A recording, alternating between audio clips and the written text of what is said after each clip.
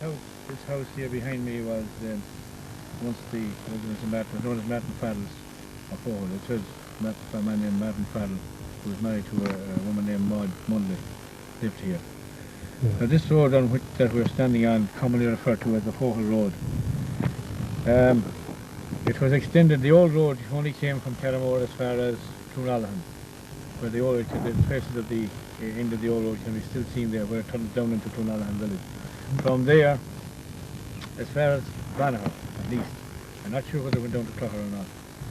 I was told by Mike Kelly of Ballynlena that this road was made by the Nealans of Belfast under contract to the Palmers of Castlelakin, and they had the Palmers were paying the Nealans, I think it was £120 to build the road. Now the road was practically completed, and there were still some lumps of stones left on the side of it which weren't scattered here and there, and it was Palmer's wife, I don't know which of their wives now, she decided one evening to come for a spin, so to speak, along the road in her phaeton. So she took the horse and phaeton, driving herself I believe, and drove over along this road for, as it was the wont of ladies at the time, for an evening's outing for herself. But I'm not sure that the horse bolted. I think the horse bolted actually at one stage, somewhere over along here, and one of the wheels of the phaeton went up on a lump of stones on the side of the road. The phaeton was overturned and Mrs. Palmer was killed. Now Palmer, unjustly, in a fit of pique or whatever, a fit of anger, took exception to this, and he refused to pay the Nealans any money for the making of the road. The Nealans at this stage were owed money to fellows who supplied stones, supplied this and the other, and this had the effect of putting them totally out of business. They disappeared from this part of the country anyway, we don't know where they went, but I was told that this actually bankrupted and destroyed them. They never did any building after this. Yeah. Well, they made Bohol Boy down at Buck of the Strand there, didn't they? That was the Stellaboat Road. Yeah. Yeah. Well, I don't know whether they were the main they may have been the main contractors in that, but that was a common relief boat. Yeah, but I heard they were on it. They could be. They would probably be Gangermen. The Gangermen are the guys to be looking after it. Yeah. If they had experience in building roads, they probably would be put in charge. Yeah. And it was one of them, I'd say, that wasn't this job here. It was, I told you, it was one of them, or the family, whatever brothers, there was more than one, in a minute. They were the contractors who took this job from Palmer, and they had expenses to meet. When he didn't pay them the money, they were wiped out. Yeah, yeah, right. Now this here is a phaeton, type of four-wheeled horse-drawn carriage that this Palmer woman may have used over here. Well, she may have used the one horse, one version of that. Yeah. Again, she may have used the two horse version. Some of these old ladies who are handy enough with the reins. Yeah. And here's a covering for bad weather.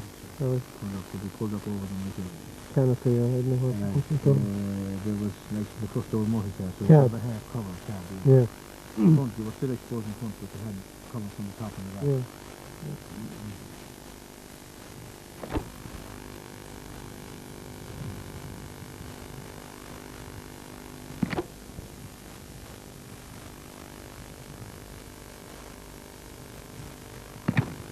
That there was a photograph of John Charles Malley, who lived in this house in here. He was the second son of Johnny Malley, who was the teacher over in Banagher School around the 1890s. Now, this fellow here didn't do any particular job, but there we saw him in full IRA battle dress. He was in the volunteers around 1919-1921, and he was much involved in the War of Independence. He was on the run from the Tans. He was hiding and sleeping out, and I believe he got into bad health because of this. Martin Breslin over there told me that he was in the Pat Breslin Brigade. He was supposed to be the captain of the North Neo Brigade at the time. He was in it at anyway, and he had guns and weapons here, and he was much sought after by the Tans. He got into bad health, and it was because of him, I think, that big Tom Collins down in Foghill there got a beating from the Tans in the spring of 1921, when they came down here, 3 truckloads of them looking for this fella in here, Mundley. However, he died from an operation in his nose in Dublin, and he is buried in Rockvan Cemetery.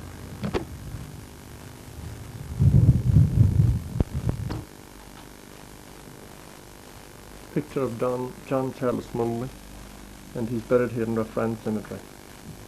There is the tombstone smashed down by the wind.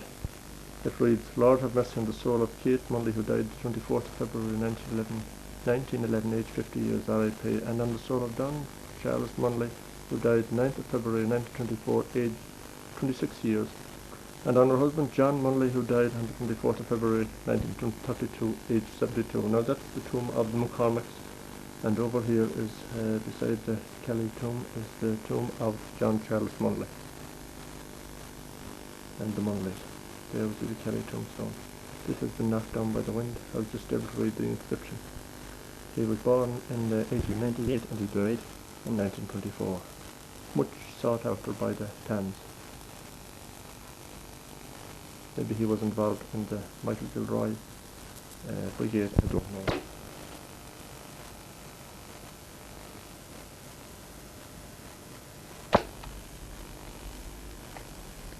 Big Tom Collins and his aunt Bertha Ford.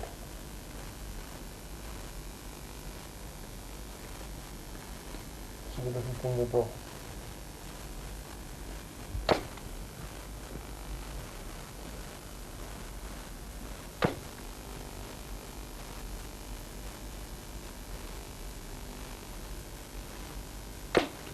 Now, he was born in Foghill around 1892.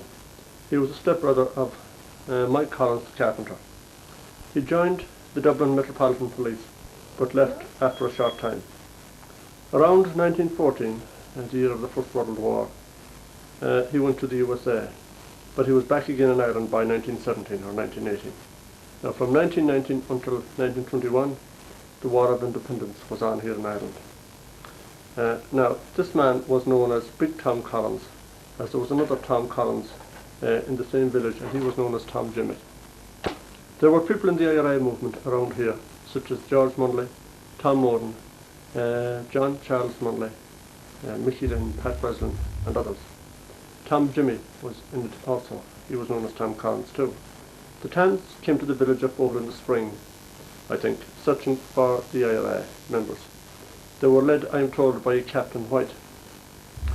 They talked to Big Tom Collins and made some inquiries about certain members they suspected were in the IRA movement, and they got a lot of negative answers from him. They came back later and they smashed in the door where he lived. They dragged him outside and threatened to shoot him. He was a stubborn man and would not go up against the wall for them. So they hit him with whips. A cat o' nine tails, I am told, was mentioned or was used. Now, he received terrible abuse and he got his little finger broken on the right hand. After that, they left, firing shots here and there through the village. Big Tom had not been a member of the IRA. The men the Tans were looking for were over a dance at Carramore School the same night.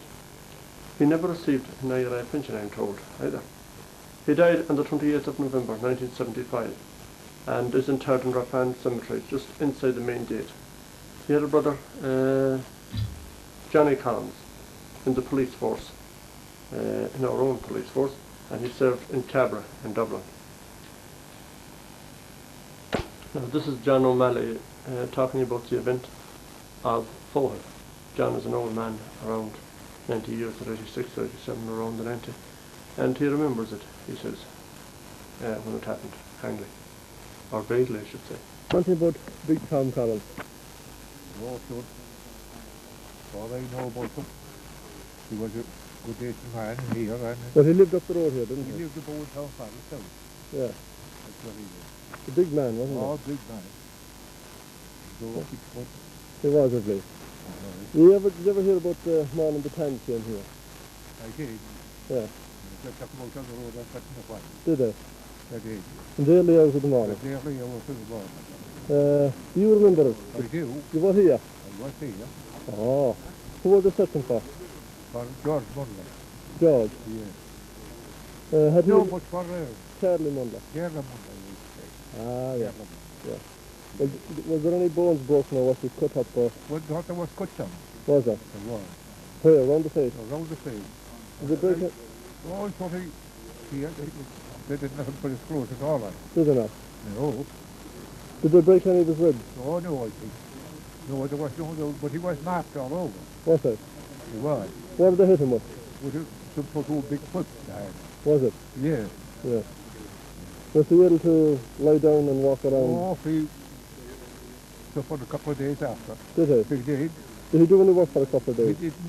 He didn't. Yeah, for a long time. Yeah. And was he in diarrhea himself? No. He wasn't. Had that at all to do with him? Nothing to do with Yeah. They just picked on him. it. Picked on. Yeah. Did they burn the house or anything, no? No, no, oh, the God, that did. Did they burn any thatched house in the village? No, No. no. So, did he No. get... That was all. Now they're done. That's damage there to the village. You don't remember, Was there was fire and start there and there to the village? was there? There was. They didn't shoot anything? No. Was there many of them in? No, there was.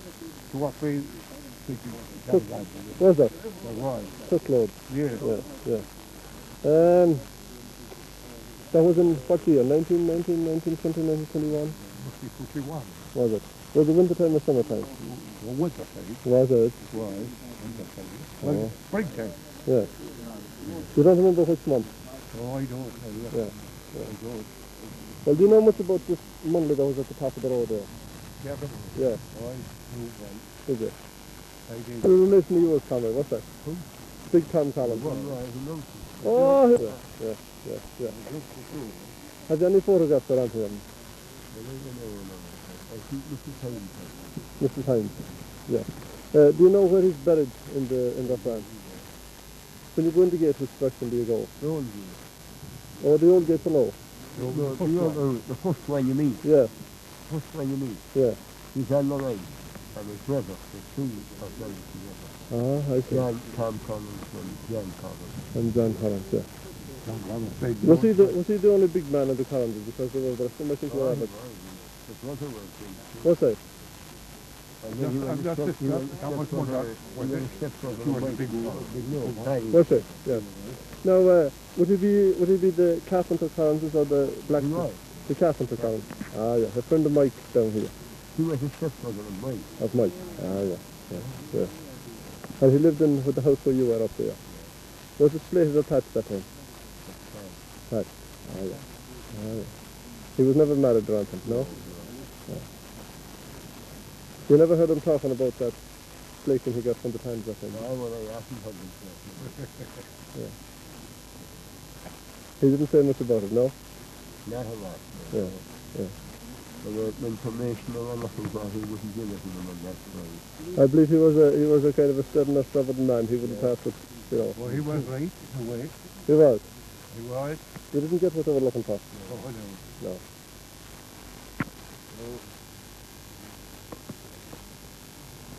That last man there was Tommy Farrell of Foghill, his nephew, who now lives in his house, but it has a slated roof now.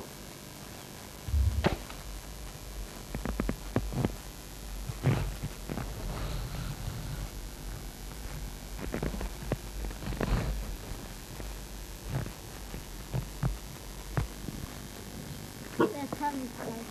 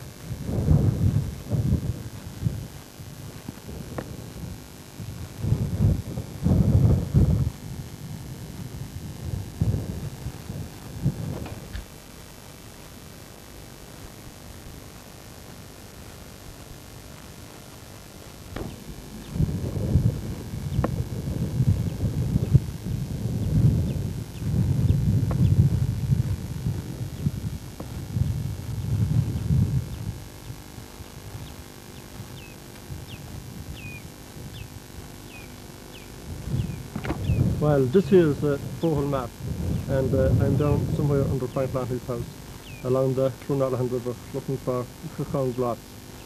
Maybe that's behind me there. St. Patrick was supposed to have met a Foghill man here, so the legend goes, fishing salmon and killing a few, and he asked him for one, and he told him he'd give it to him. So when he saw it was a big salmon, he told him he'd give him the next one, and so it went on and on and on. And St. Patrick got no salmon, so eventually he threw a stone in the river. And he said that no more salmon would be caught here until this stone was washed ashore. This is supposed to have happened down here somewhere. Now I haven't met anybody here today that can lay their finger exactly on where the Kirkhorn glass is.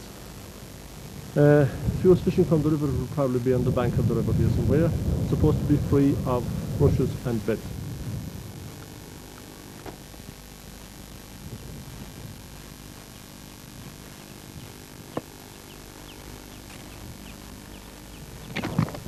Now that there was Frank Loughney's house, and in the background, between Frank Loughney's house and the river, there's a little road that runs down there, and it opens out towards the river. Now, the fishermen of Foghill were supposed to have pulled up their boats there during famine times when they were fishing down the sea there. They took them up here and pulled them up there. There was supposed to be an old pier or something there under Frank's house. I didn't hear if it had any name. That's in olden times. Now they use a Kilcummin pier.